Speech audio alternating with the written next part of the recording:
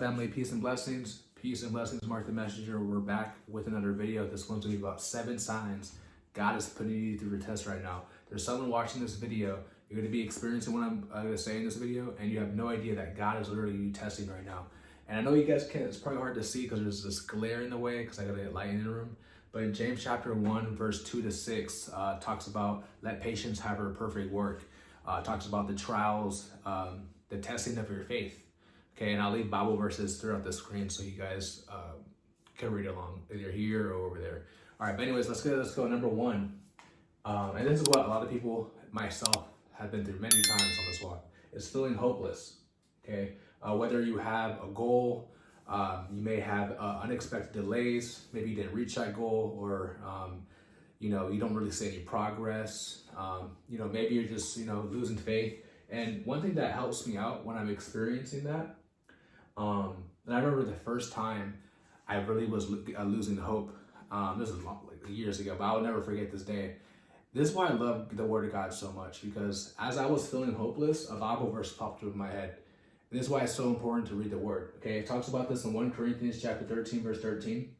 It says that there's 3 important things you have to have. Okay, once again, guys, I'll leave Bible verses throughout the screen so you guys can look at it. But it says the important thing is faith, hope, and charity. Okay, so if you don't have hope is so important. If you're hopeless, man, I wouldn't wish that on my worst, on my enemies, man. That's just a terrible feeling. But just know when you're hopeless, it's like through my experience, God is the closest. I feel like He's the closest to me when I'm hopeless, when I'm losing faith, right? And also another word for charity is love, right? So feeling hopeless, man, do not give up. Okay, there's so many times where I'm feeling that way, right? So many times where I'm feeling that way. Maybe I've been working hard. I've been, doing what I have to do, and I don't really see any results coming, right? And so you may feel hopeless. Like I said, unexpected delays. You're not reaching your goals, things of that sort. And then a couple weeks later, a couple months later, then God shows why it happened, and it feels like, wow. And when the hope gets restored, it's such a good feeling. So just understand that you may be feeling hopeless right now, guys. I'm telling you, keep on enduring.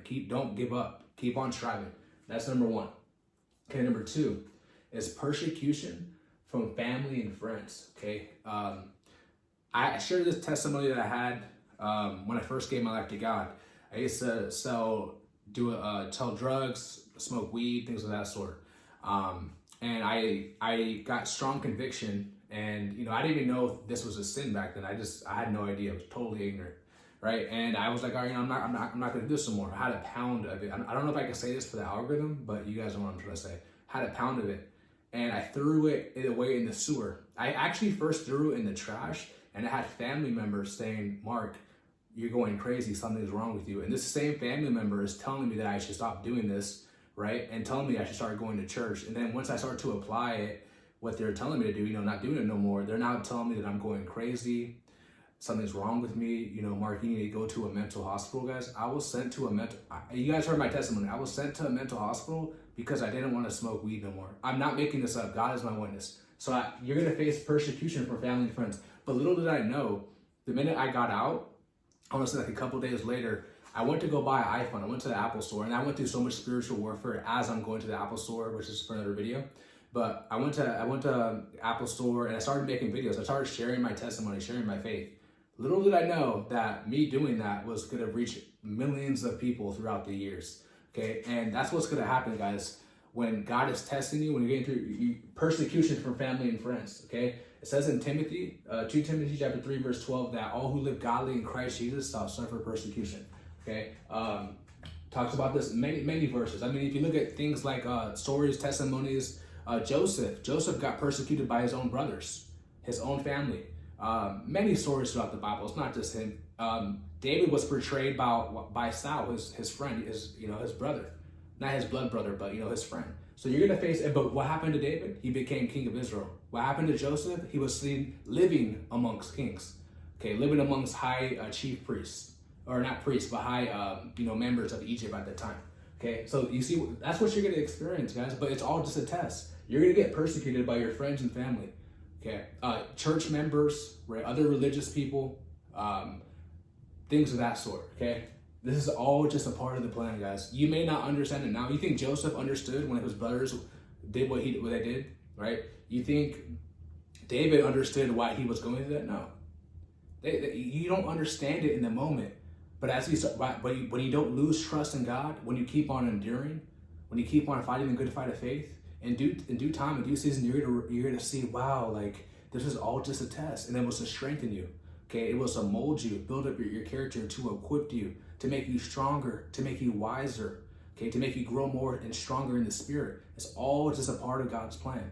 So everything I'm about to say in here, guys, you should count it all joy. Just like the Bible says, count it all joy when you fall into many temptations. You should count it all joy. All right, that's number 2. Number 3, and a lot of you guys could experience this, and I could attest to this too, okay? The harder the devil attacks, the bigger the blessing. Let me repeat this. The harder Satan, the enemy, attacks, the bigger the blessing. We all know the story of Job, okay? Job got attacked, but just understand this too. God allowed Satan to attack Job. Okay, it wasn't like the Satan just randomly coming and let me mess him. No, God allowed it. God gave permission to Satan to attack Job. This is why it's so important, guys, to know your word. God, let me repeat this. God gave permission to Satan to attack Job. Okay, Job didn't fall. Job didn't fail the test. Okay, you had his own wife telling him to curse God. Okay, he was plagued with sicknesses. Okay, he lost his children. He lost almost everything. He never lost faith in God. You know how much people today, if that would happen to them, they would lose faith in God. They would probably curse God. Okay, and it talks about this in Job chapter 42, verse 10, that everything that God took away, he gave him back double. Okay, so the harder the devil attacks, I can't think of it, of course, because Christ was attacked by Satan the hardest. So I'm not counting Christ, but if you read, I read the whole entire Bible. I don't see more warfare, of course, outside of Christ, outside of the disciples, than Job. That he literally went through hell, and he did not lose his faith. Still was loving God. Still kept his mind on him. How many people, if you were going to go through that, how many people could say, yeah, I could be like Job? There's not a lot. Okay, so you got to have faith like Job and understand that the harder the devil attacks, the bigger the blessing.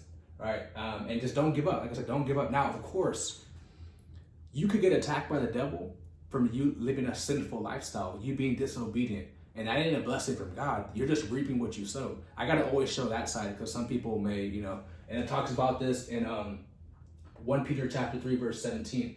Okay, you don't want to suffer for being evil. You want to suffer for your righteousness' sake. Okay, so that's number 3. Okay, number 4 is financial struggles, job losses, unexpected debt. And a lot of times when that happens, a lot of people fall into worrying. You're worrying about how you're going to pay your bills. You just lost your job. You're worrying. And Jesus says that worrying does not add stress and all that, does not add one day into your life. Okay, so there's no reason to worry. And I understand, as humans, you may have a family, you may have kids and stuff like that you got to provide for, or maybe you're just by yourself and you got to pay rent, you got to pay your mortgage, things of that sort, your car note, all that. And I can understand why, the human emotion for you to fall into worry. But when you have truly strong faith, and when you're facing these things, God is your supplier. Okay, you just like the birds of the air. Okay, and this is why Jesus' wisdom is so important, because he really teaches us like how to maneuver in this narrow path, on this walk with Christ. Okay, and he says that the birds in the air, they don't worry about having to, where they're going to store up their food, how they're going to eat, because God provides for them. So you being more important than a bird, okay, than the eagle in the sky, you don't think that God's not going to provide for you?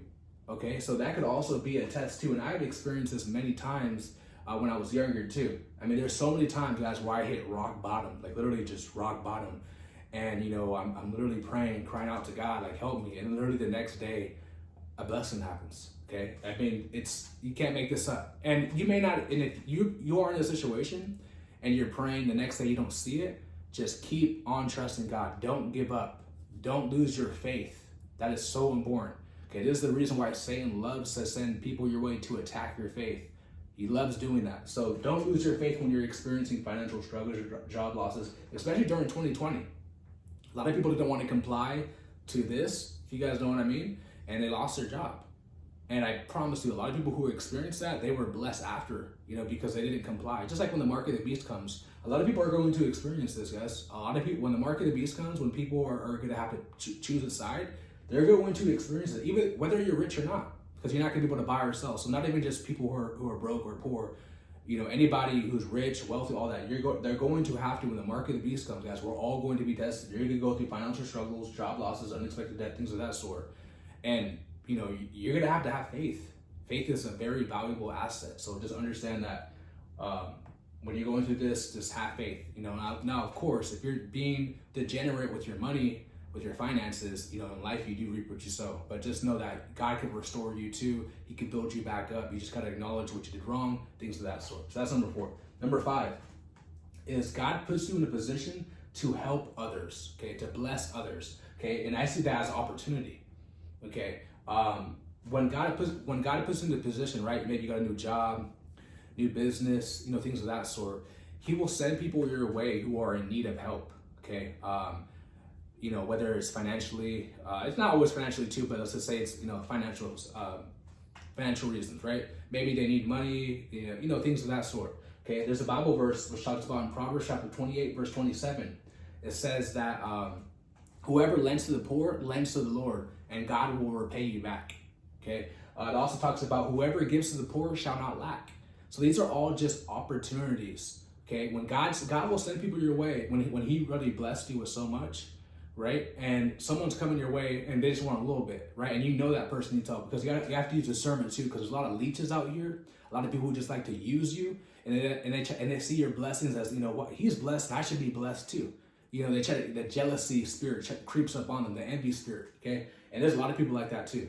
But always understand this, man, when you're in a position to help other people, so you have to see that as an opportunity, and don't hold your hand when you're in the power to do it now, you know. Help others, be a blessing to others. Whoever waters others himself will be watered. That's in the book of Proverbs. So pretty much means if you're a blessing to others, you know, you will be blessed, okay? And I know in this time right now, a lot of people are just selfish, man. A lot of people are just narcissistic. They only caring about themselves, okay? You don't want to move like that in these last days. You want to be even more loving, even more giving, you know, even more charitable, okay? So that's number 5. Number 6, you will feel like God is silent or no longer with you, okay? Just like, remember in school, when you're taking the test, everybody's silent. The teacher is silent. Nobody's talking. And this is how it can sometimes feel when God is testing, when you're going through this, when you're going through all this. All right, when I was going through persecution, right? When I was feeling hopeless, okay, when the devil was attacking me, when I was experiencing financial struggles, it felt like God was silent. It felt like He wasn't there. But truthfully, He's actually closest to you, okay? That's my testimony, you know, my experiences with it. So always understand that the teacher, God, is always silent during the test. Okay, remember, James chapter 1, verse 2-6. James chapter 1, verse 2-6 says, if you guys are experiencing this right now, you should meditate on James chapter 1, the whole entire chapter. It even says that if any man lacks wisdom, let him ask God, who gives to all men freely. So if you're lacking wisdom, ask God for it, and He will give it to you. Okay, so that's number 6. Number 7. Number 7 is heartbreak, which you could experience in number 2. It also, I put for more relationship. You could be friends to your family, but, you know, especially for relationships. You may have thought that woman or that man was for you, and they you know, broke your heart, and you maybe all built together for a couple months, couple years, whatever the case may be. But truthfully, you know, through my experience, you know, someone who I really thought was going to be for me, and then years later I realized we weren't compatible, and then God blessed me with someone who is compatible with me. So if you're going through a heartbreak because of a relationship and you really want it to work out, truth be told, guys, my experiences majority of the time is because God was just protecting you, and that person wasn't meant to be a part of your journey, a part of your path. And it doesn't mean that person's a bad person. It just means that where God is taking you, that person can't go. Okay, it doesn't mean that person's going to hell or nothing like that, you know, nothing like that. But it just, God has a different journey from you, and that person's going a different path. Simple as that. So these are the 7 signs God is putting you through your test right now. I hope this video really blesses somebody, gives someone hope, increases their faith. I really hope this was my intentions for this video. If you guys made this far, don't forget to like the video, subscribe to the channel, comment below, share if you guys are liking these videos. I'm gonna start doing daily content too, or at least 6 days a week. So yeah, love you guys so much. Jesus Christ, peace.